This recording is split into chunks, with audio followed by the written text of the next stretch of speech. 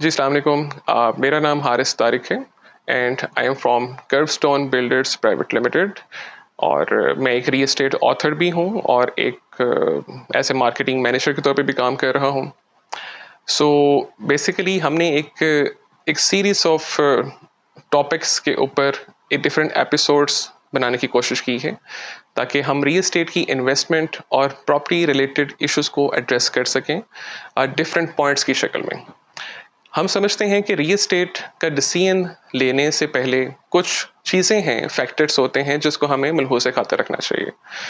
अगर उसको मैं लिस्ट डाउन करने की कोशिश करूँ उन वेरिएबल्स को, फैक्टर्स को, तो उसमें सबसे पहले लीगैलिटी आती है, उसके बाद लोकेशन आती है आपकी, देन आपका इंफ्रास्ट्रक्चर डेवलपमेंट है, देन आपका नेबरहुड है, देन आपका सराउंडिंग है, देन आपकी नंबर ऑफ एमिनिटीज़ हैं, then sizes of the property है, देन सेलिंग स्ट्रेटजी है।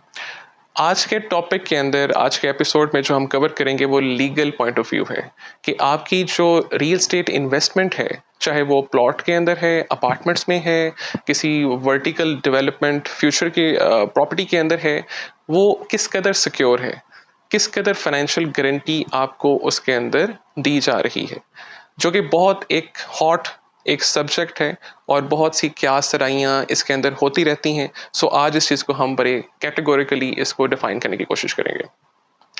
लीगैलिटी किसी भी रियल एस्टेट प्रोजेक्ट की, इन्वेस्टमेंट की, वो उसकी ट्रांसपेरेंसी को, प्रोफेशनलिज्म को, उसके फेयरनेस को, उसकी रिलायबिलिटी को शो करती है। लेकिन ये सारे वेरिएबल्स, इनकी compliance with respect to state authority के बाय लॉज के मुताबिक होनी चाहिए। अगर इसको मज़ीद इसको एक्सप्लोर किया जाए तो रियल एस्टेट का कोई फ्यूचर नहीं है जब तक वो लीगली सिक्योर्ड ना हो। अब जब मैं लीगली सिक्योर्ड की बात कर रहा हूँ तो लीगली सिक्योर्ड से क्या मुराद है? लीगली सिक्योर्ड से मुराद ये है कि आपकी प्रॉपर्टी जिस जगह पर मौजूद है, वो जो डिस्ट्रिक्ट है, उस डिस्ट्रिक्ट की जो रिस्पॉन्सिबल सरकारी या स्टेट अथॉरिटी है, वो क्या किरदार अदा कर रही है बीच में, और जो डेवलपर या बिल्डर है उसने किस कदर अपने आप को इल्हाक किया है, और क्या वो सरकारी अथॉरिटी से आपको मुकम्मल तौर पर एनओसीज मिल चुके हैं या नहीं मिल चुके। सो जब तक रियल एस्टेट को लीगल पॉइंट ऑफ व्यू से नहीं परखा जाएगा, रियल एस्टेट का कोई फ्यूचर नहीं है। ये आज हमें बात समझ लेनी चाहिए कि जब भी customer, investors, consumers real estate को परखें तो सबसे पहले लीगल पॉइंट ऑफ व्यू को तराशें कि कितना वो सिक्योर है रिस्पॉन्सिबल कॉम्पिटेंट स्टेट अथॉरिटी से। अगर हम इस्लामाबाद की बात करें तो इस्लामाबाद में जो रिस्पॉन्सिबल स्टेट अथॉरिटी है वो कैपिटल डेवलपमेंट अथॉरिटी है। अब सीडीए इस्लामाबाद जो है उसकी बेसिकली डिफरेंट उसकी फंक्शनैलिटीज़ हैं, उसकी ऑपरेशनलाइजेशंस हैं जो उसके लीगल कवानीन के मुताबिक हैं।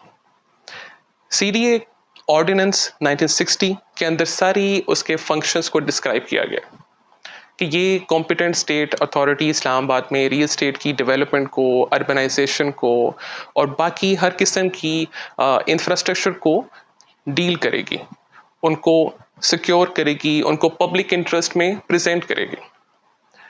फिर 1992 के अंदर इसके जोनिंग रेगुलेशंस आए। इस्लामाबाद, जैसा कि आप जानते होंगे, अपने मास्टर प्लान के मुताबिक 5 जोन्स पर मुश्तमिल है। अब सारे 5 जोन्स के अंदर डिफरेंट किस्म के एरियाज़ हैं, कुछ अर्बन एरियाज़ हैं, कुछ रूरल एरियाज़ हैं। उन सब के अपने अपने बाय लॉज हैं और डेवलपर और बिल्डर्स और हाउसिंग सोसाइटीज़ को उन सारे बाय लॉज की कंप्लायंस करनी पड़ती है। सो इस एपिसोड में बेसिकली हम यही कहना चाह रहे हैं कि कितनी कंप्लायंस और रेगुलेशन करते हैं डेवलपर्स, बिल्डर्स या हाउसिंग सोसाइटीज़। सो 1992 के जोनिंग रेगुलेशंस के बाद जो थर्ड चेंजिंग्स आई सीडीए के लॉस में, वो आईसीटी बिल्डिंग कंट्रोल रेगुलेशंस की 2020 में जो आए, ये वो बाय लॉस हैं जो इस वक्त करंटली एक्टिव हैं। अब ये सर्टेन बाय लॉस के एक्टिव होने की वजूहात क्या हैं? उसकी वजूहात ये हैं कि 2017 में पॉपुलेशन सेंसस हुआ था इस्लामाबाद में, जिसमें लगभग इस्लामाबाद की आबादी मोर देन 2 मिलियन थी। लेकिन इस्लामाबाद का लैंड इस कदर वास्ट नहीं है कि इतनी ज़्यादा वहाँ पर हॉरिजेंटल सोसाइटीज़ बनाई जाएं। यही वजह है कि वर्टिकल डेवलपमेंट का एक आइडिया ज़ेरे गौर लाया गया और गवर्नमेंट ने और सीडीए ने इनकरेज किया डेवलपर्स को और बिल्डर्स को कि आप वर्टिकल डेवलपमेंट की तरफ जाएं, ताकि स्कार्सिटी ऑफ लैंड की वजह से कम जगह पर एक वर्टिकल डेवलपमेंट होकर ज़्यादा फैमिलीज को अकोमोडेट किया जा सके, जो कि पॉपुलेशन इनफ्लक्स बहुत ज़्यादा है। अब इस वजह से जो बायलॉस आए उनको हम आईसीटी बिल्डिंग कंट्रोल रेगुलेशंस 2020 कहते हैं, जो इस वक्त एक्टिव हैं by CDA in zone 2, 4 and 5, क्योंकि यही वो 3 जोन्स हैं जहां पर कुछ स्पेस एम्प्टी है और जहां पर वर्टिकल डेवलपमेंट का फ्यूचर है। अब स्कार्सिटी ऑफ लैंड को हमने एड्रेस कर लिया, उसकी नीड जो थी बायलॉस को हमने एड्रेस कर लिया। अब आगे हम चल के देखते हैं कि इस वर्टिकल जो डेवलपमेंट के बायलॉस हैं वो बेसिकली क्या शो करते हैं। जिन बिल्डिंग कंट्रोल रेगुलेशंस 2020 की बात कर रहा हूँ वो ये जाहिर करते हैं कि आइंदा जितनी भी वर्टिकल डेवलपमेंट होगी वर्टिकल हाउसिंग के ज़िम्मे में आएगी। वर्टिकल बिल्डिंग का कंसेप्ट और है, वर्टिकल टावर्स का कंसेप्ट और है, वर्टिकल हाउसिंग का और है। इस वक्त सीडीए के बायलॉस वर्टिकल हाउसिंग को डिपेक्ट करते हैं और यही डेवलपर्स और बिल्डर्स को इनकरेज किया जा रहा है कि वो वर्टिकल हाउसिंग की तरफ जाएं और उसके प्रॉपर बायलॉस पैरामीटर्स सीडीए के कवानीन के अंदर दर्ज कर दिए गए हैं, जिसको फॉलो करना डेवलपर और बिल्डर का एक फ़र्ज़ है, क्योंकि उनको पूरा किए बगैर आपको final NOCs, layout plan approvals और बिल्डिंग प्लान अप्रूवल्स नहीं मिल सकते। अब अगर हम मज़ीद इसको एक बॉटम लाइन के शजरे में लेकर आएँ तो रियल एस्टेट इन्वेस्टमेंट और लीगल पॉइंट ऑफ व्यू ये इनएविटेबल है, ये अनअवॉइडेबल है, इनको आप सेपरेट नहीं कर सकते, क्योंकि कवानीन के मुताबिक जब किसी रियल एस्टेट प्रोजेक्ट को एनओसी ग्रांट किया जाता है by the competent state authority जो कि सीडीए है, देन ही उसके पास वो लाइसेंस है कि वो 3 किस्म की चीज़ें कर सके।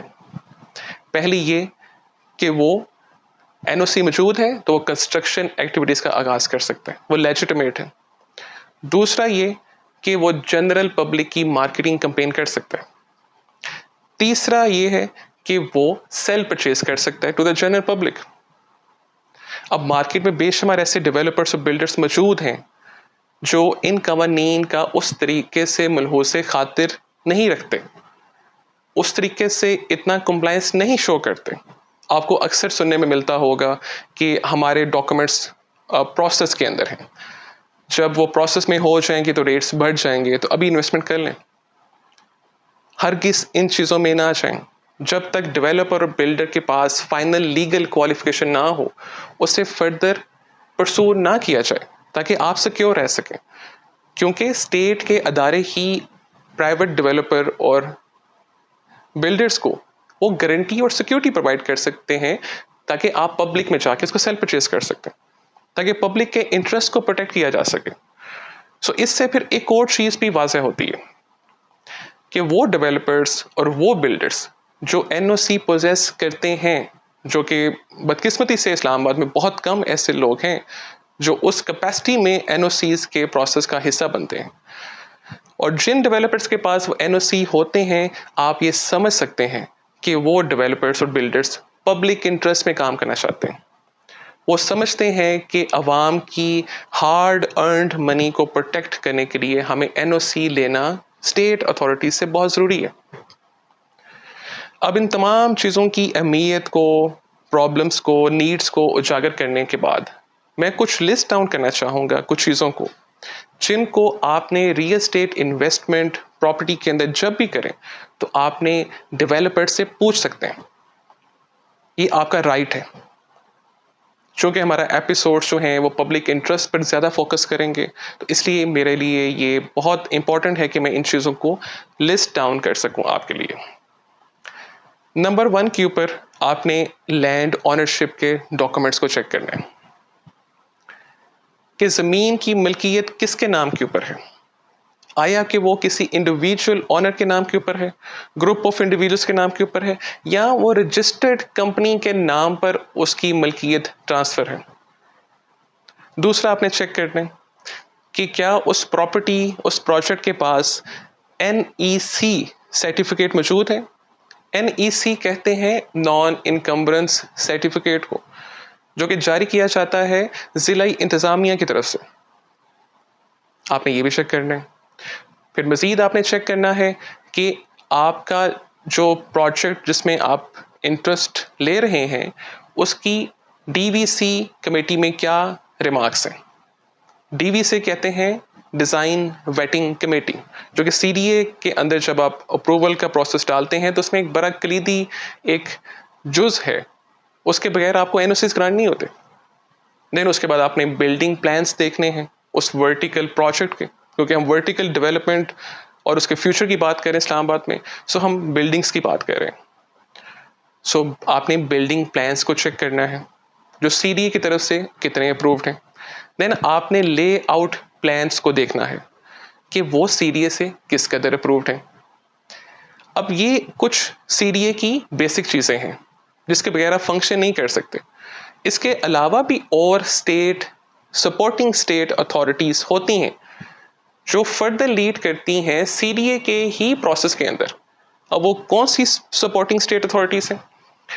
आपकी सर्वे ऑफ पाकिस्तान, आपकी सिविल एविएशन अथॉरिटी, आपकी एनवायरमेंटल प्रोटेक्शन एजेंसी, आपकी ज़िला इंतज़ामिया, आपके बिजली प्रोवाइड करने वाले इदारे, जैसे कि इस्लामाबाद की बात की जाए तो ISCO है, आपके गैस प्रोवाइड करने वाले इदारे जैसे कि SNGPL है, वहाँ से भी NOCs पूरे होने चाहिए आपके। इस तरह बेशतर एक दो और अदारे हैं जिनकी सपोर्टिंग एक कैपेसिटी होती है फाइनल NOC CDA की तरफ से।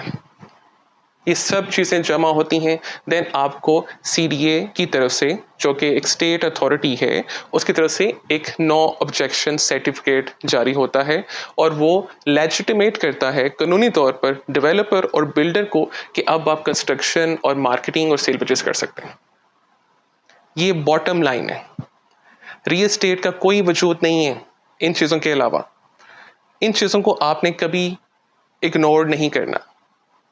It is not to be ignored list. सो मुझे उम्मीद है कि आप इन चीज़ों को उस एफर्ट से देखेंगे जिस एफर्ट से मैंने इसको डिस्क्राइब करने की कोशिश की।